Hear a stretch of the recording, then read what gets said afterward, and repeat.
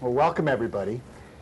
We bring in lots of interesting speakers to the Owen School over the year, and many of them come in to talk about their company or their particular business that they're in. But inside the C-suite's a little bit different. It's something we started a few years ago, really to allow us to explore careers and leadership and really the personal journeys of executives that come to Owen. And I think in that format, it's a very kind of unique and unusual kind of visitor today. And it's what makes Inside the C-Suite so much fun.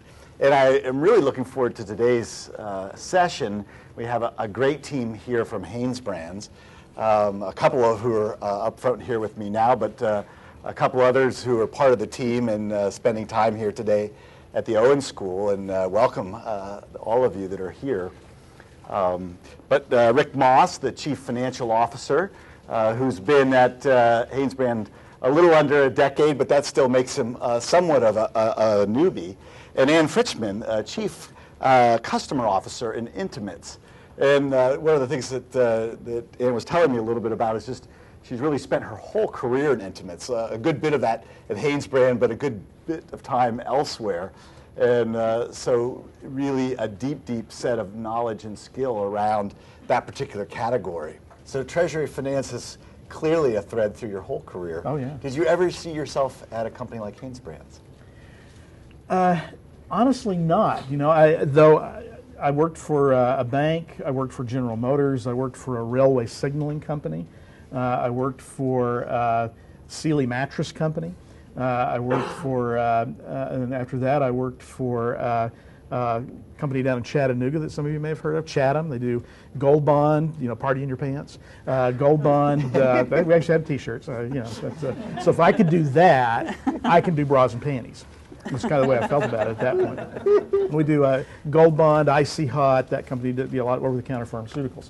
And so I've been in a lot of different industries, in my career, and so but it did take me about 3 years to be able to say bras and panties without being embarrassed. But that's part of the adjustment.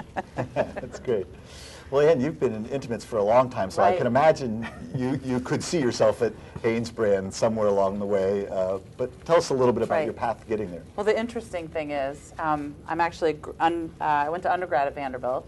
I graduated in 1986. I'm in denial over the whole thing. So I graduated with a degree in chemistry. And so probably about halfway through my time here at Vanderbilt, I realized I came in thinking I wanted to be a research chemist. Came in to do that and quickly realized that maybe that wasn't quite matching what I wanted to do for the rest of my life. So when it came time to graduate and find what I was going to do, I interviewed, oh my goodness, with banks. I probably interviewed with Rick now. I interviewed with the No, banks. I would have hired you if you had. Oh, very good. Retail, and a lot of different, what I'll call service industries. I really felt like, my forte was customer facing, which I still do today. So as it happened, one of my contacts at Vanderbilt while I was there, I was the senior gifts chairman for my class. And the National Reunion chairman at that point was a gentleman, his name was Bernie Donahoe. He happened to be the president of Marshall Field Chicago.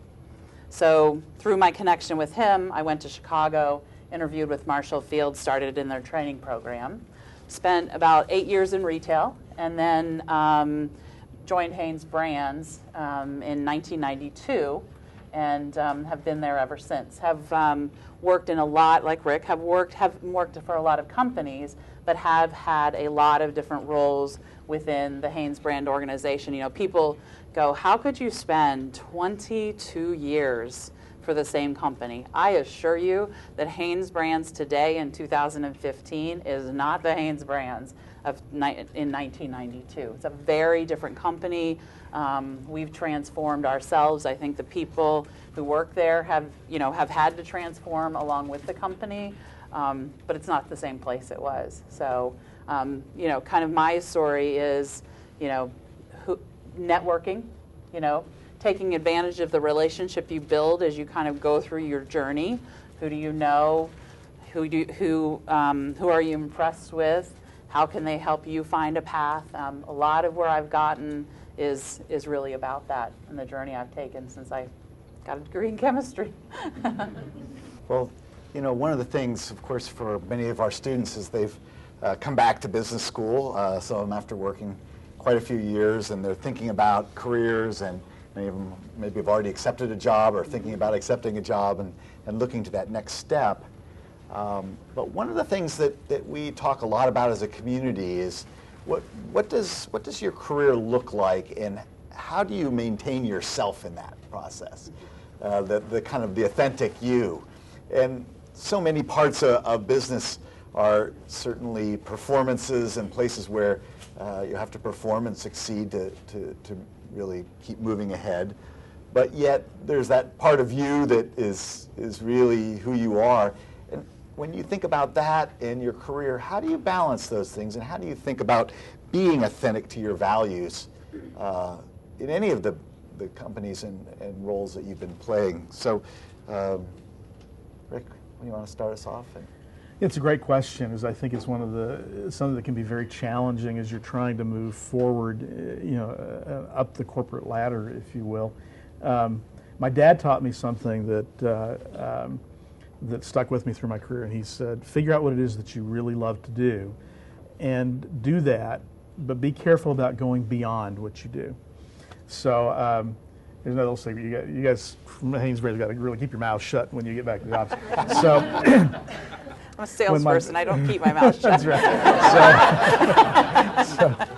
So when my predecessor left, the CEO sat down with me and said, he's leaving.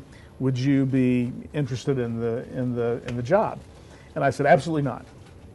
Not the least bit interested, because I love being a treasurer. And I had been a CFO before at the company in Chattanooga and had not had a particularly good experience doing it. And so, my first reaction, and actually told him, no, thank you. And he was caught a little off guard by that, I think. And he said, well, think about it. And I said, all right, fine, whatever.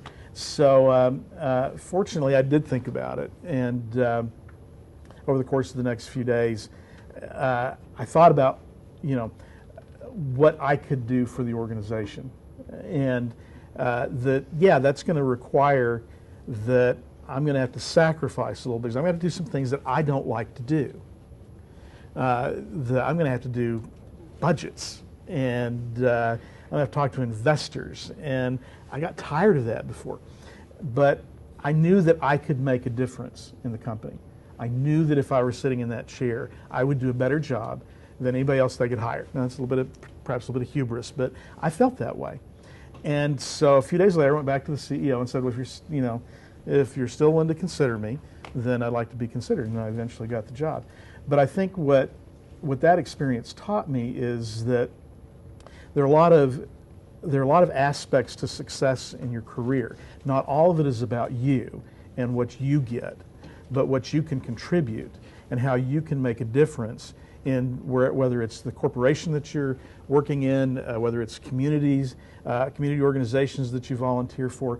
It's as much about what you can do as it is about what that job can do for you. We get real focused on the money, and that's not unimportant. You got to live, but being true to what really matters to you, what you really care about, is really what will drive you to success. If you don't have that, you're going to, say hello to middle management and hope you like it there, because that's as far as you're getting. I love that story about thinking about it like, I could do this. Like, here's what I would have to do, and this is what I love to do. These are the other pieces of it that I'm going to have to accept to do it.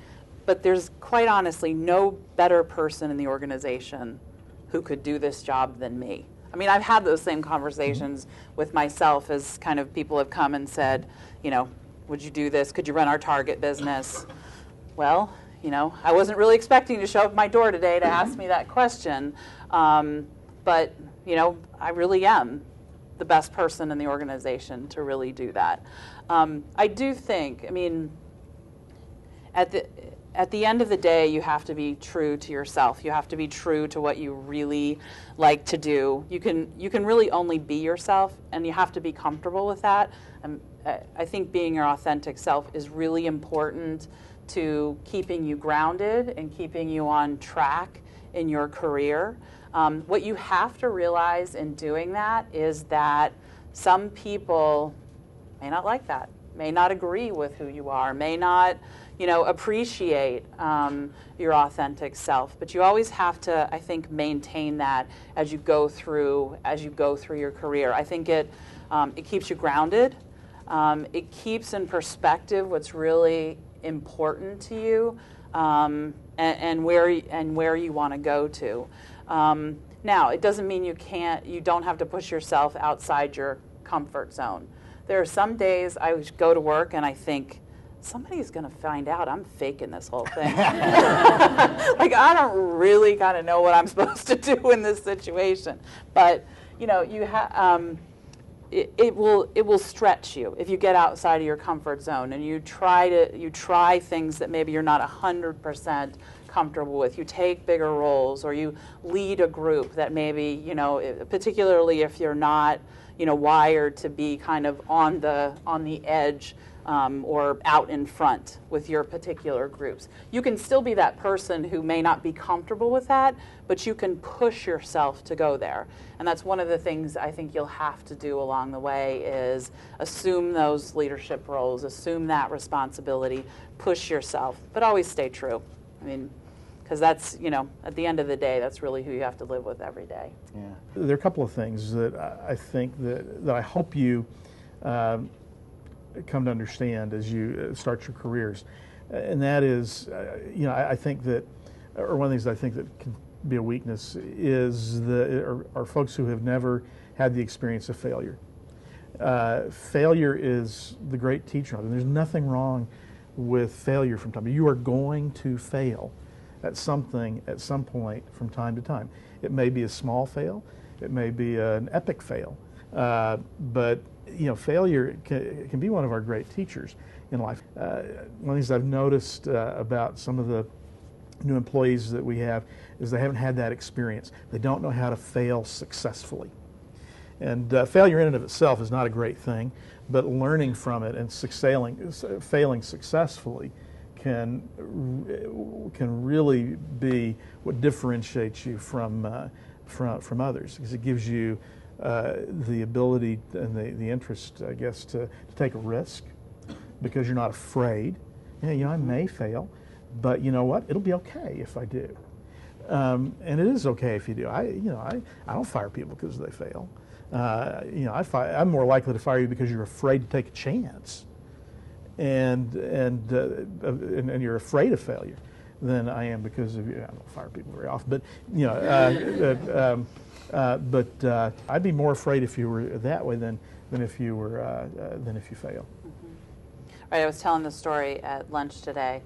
So I was sitting with our chief operating officer, and he looked at me and another person in the group, and we were in the boardroom. I mean, I don't know, there must have been 100 people in the board. Really, there were probably only 20, but it felt like 100 at the time. And he looked at me and he said, "That is the dumbest thing that has ever been done in the history of the company." Our company is 103 years old. Okay? So, and then I had some assurance from one of my counterparts who said, "We've done a lot dumber things, don't worry." But I mean, it's that moment where you're like, holy. But I mean, Gerald saw it as a failure. Mm-hmm. It was a failure in decision making, not taking all the implications into account. I guess I felt better because it was one of my counterparts who was in it with me. But we didn't get fired. He shared his point of view. We shared ours, why we thought it was. He even gave us some things that he felt like we had not taken into consideration. We all walked away from the table, and okay, we undid what we did, the decision that we made. But I mean, it was a moment where it's like, okay, you're like, oh, I know all the people in the room were like, what's going to happen next? But it was because we had made a pretty bold decision about what we were going to do on our single largest business at Target. And it was a strategic shift on how we were going to manage that business and how we were going to go after one of our competitors. And we felt very confident in our decision. We were moving forward. We had talked to Target about it, and Gerald was like, time out. So, I mean, we sat down, we talked through it. You know, no one got fired. Everybody still has their job. And, you know, we came to a decision as to what we all felt really was the right decision.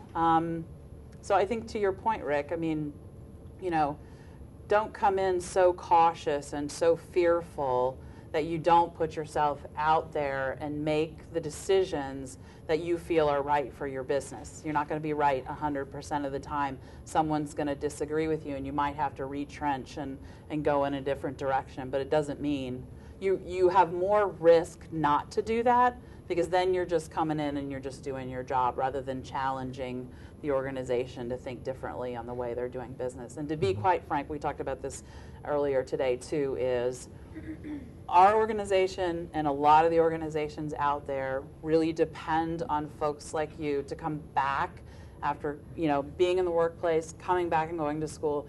We are depending on you to come into our organizations and challenge us. And challenge us to think differently and to do things differently and consider different options, because our world is changing so quickly. The face of retail and the implications of all of that to our business in particular are drastic, and they are happening really fast. And we you know, the ones who just do what they've always done won't be here in a decade. They'll be irrelevant. So we're depending on kind of folks like you to come in and really challenge the status quo and challenge respectfully and challenge what we're doing today. Well, one of the ones that we had been talking a little bit about earlier were, you know, the kind of this networking and relationships. But is there along the way a particular person that influenced you in your career journey? Chris Stone. He was the head of corporate banking at First American National Bank when I first started there, and he just oozed integrity and intelligence. He cared about people. He cared as much about my career as I did, and I was nobody. To this day, you know, some 30 years later, things will come up and I will still think, what would Chris do about that? And he had a profound impact on the way I managed myself at work, because I just saw the kind of person that he was, the success that he had in his career, and I thought, I want to be like that. I want to be like that. I want to be Chris Stone, and so I watched him like a hawk for, you know, the years that I was at the bank. And catalog, you know, what makes Chris so successful, and to this day, he's still probably the most influential role model I've had. So I had a little bit of a different experience. I had a gentleman's name was David Palmieri. He was the president of our intimates division when I first started with the company. I learned as much from David as to what to do as to what not to do. I've heard about this guy, yeah. He was, and I love David dearly. He passed away a number of years ago, and it was a very sad day for me. But David was extremely tough. But same thing, if he cared about you and he cared about your career, he helped shepherd you through the organization. He was incredibly organized, strategic, could set direction. Like, you never had a question as to where our group was going and what was expected to you, of you. If you failed to deliver what was expected to you, it was very, very difficult and very challenging. And trust me, he challenged me plenty. But what I appreciated in him was that focus and clear direction and decisiveness, and what I felt like it led the organization to do, and it was when our intimates business was the most successful it ever has been, was it created a very clear path for everybody who worked on our team. Whether you were his, second person in charge, kind of head of operations, or you were an account manager out in the field, you were very clear on what you were expected to deliver. What it taught me not to do is a little bit of that kind of how to treat people and how to really bring people onto your team and make people want to be a part of your team. I mean, you want people to work on your team. When I came to the intimates business in January, like, nobody wants to work on our intimates business. It is a tough business. It's just a tough business. And my goal over this year is to get people to say, I want to work on the intimates business. I want to be on Ann's team. That's my goal. So, you do that through getting people, setting clear direction, but you also do that in making sure people understand kind of that you care about them, you care about the success of the team, you're a partner in their work and in the team's success. So, gal I had dinner with last night, the president of Pizza Hut International. She was a young treasury professional at this point. This was in the mid-90s, and we were working for a company that did large engineering projects around transportation around the world. And so our Australian subsidiary was doing a large project in Malaysia, and the project was denominated, the revenues were denominated in ringgits. And so she was in charge of hedging. And she forgot to hedge the ringgit exposure. And then, kind of out of the blue came the Asian currency crisis. Some of us are old enough to remember that. And the ringgit dropped like a rock, and we lost a ton of money. And so I remember she came into my office just ashen, thinking, I'm gonna get fired, for this. And what she did well was she came in and she said, I screwed up. I made a mistake. I forgot. She didn't try to feed me some line about how some thing that was out of her control. She just forgot, and it just slipped through the cracks in a very busy environment. But she fessed up to it, and she came back with a plan. She said, look, I can't fix this entirely, but here's what we can do. And it was an okay plan. I had a better plan, but I'd been doing it for a lot longer than she had, and I had a lot more experience at it. And so, so what was important though was that she fessed up to it, and she had a plan for how to get out of it. But she didn't lie about it. She didn't put it off. She hit it straight on as soon as it happened, and I really appreciated that. And she was never going to get fired. Her contributions were well more significant than this one mistake. But those are I think those are the key characteristics. Do that and hit it head on, because it's going to happen. It happens to everybody. And unless you've just got a real jerk as a boss, who's just a real jerk, they're going to sit there and go, yeah, look, been there, had the same. I've failed at something too. Appreciate the way you're handling it, and that'll mean more to people than anything else. Okay, well, we're to that rapid fire segment, right? Getting to that hour. One word that best epitomizes a leader to you. Integrity. Decisiveness. 3 words that describe your legacy of leadership. Leave it better. Care about the people. What is your next leadership challenge? Retirement. Jealousy. Look at the smile.